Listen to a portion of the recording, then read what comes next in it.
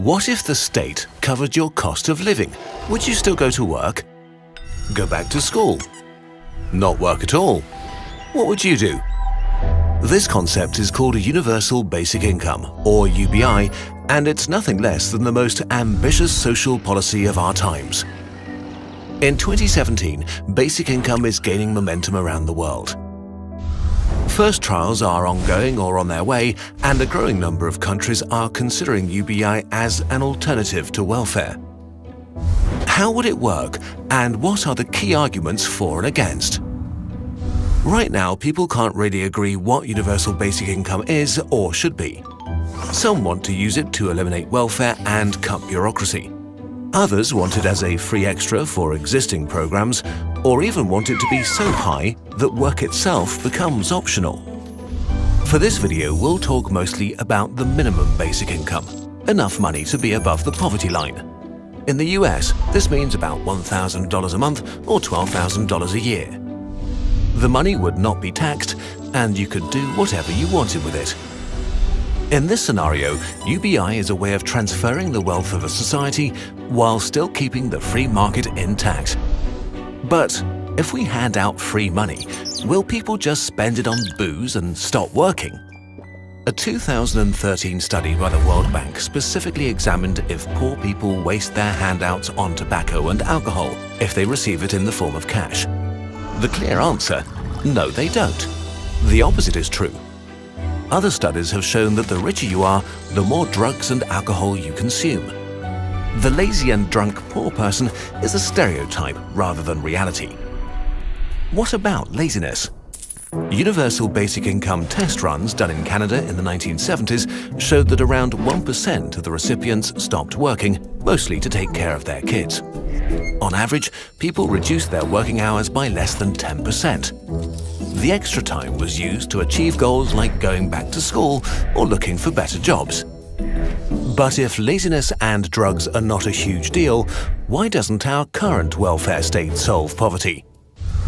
Welfare or unemployment programs often come with a lot of strings attached, like taking part in courses, applying to a certain number of jobs a month, or accepting any kind of job offer, no matter if it's a good fit or what it pays. Besides the loss of personal freedom, these conditions are often a huge waste of time and only serve to make the unemployment statistics seem less bad. Often your time would be much better spent looking for the right job, continuing education, or starting a business. Another unwanted side effect of many welfare programs is that they trap people in poverty and promote passive behavior. Imagine a benefit of $1,000 each month.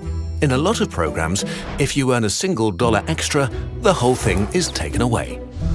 If you take a job that's paying $1,200, you might not only lose your benefits, but because of your taxes and other costs like transportation, you might end up having less money than before. So if you actively try to better your situation and your total income is not improving or even shrinking, welfare can create a ceiling that traps people in poverty and rewards passive behavior. A basic income can never be cut, and therefore getting a job and additional income will always make your financial situation better. Work is always rewarded. Instead of a ceiling, it creates a floor from which people can lift themselves up. But even if UBI is the better model, is it economically feasible? What about inflation? Won't prices just rise, making everything just like it was before? Since the money is not being created by magic or printers, it needs to be transferred from somewhere. It's more of a shift of funds than the creation of new ones. Hence, no inflation. Okay, but how do we pay for it? There's no right answer here because the world is too diverse.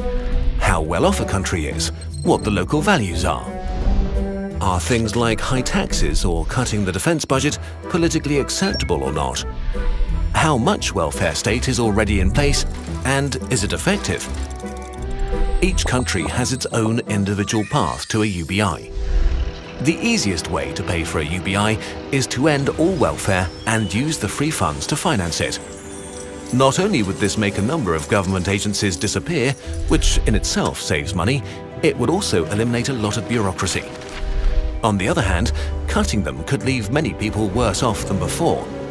If the goal is to have a foundation for everybody, there still need to be programs of some sort because just like countries, people are not the same.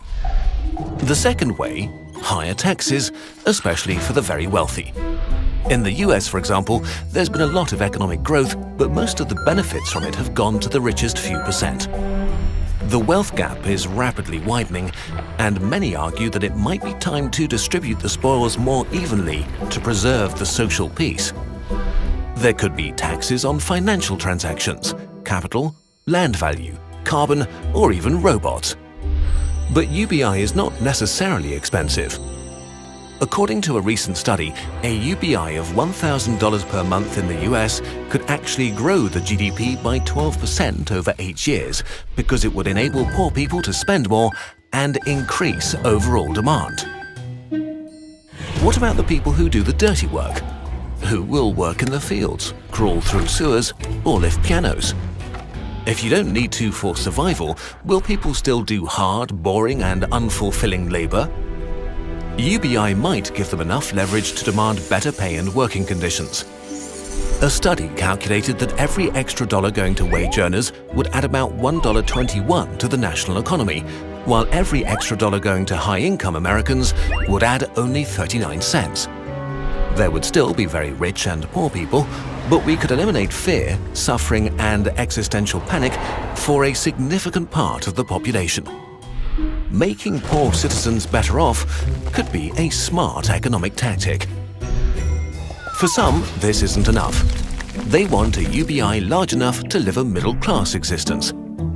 If we set the financial obstacle aside, this idea fundamentally challenges how our society is constructed. By earning money, you earn the possibility to take part in society. This determines your status and options, but it also forces many people into spending huge chunks of their time on things they don't care about.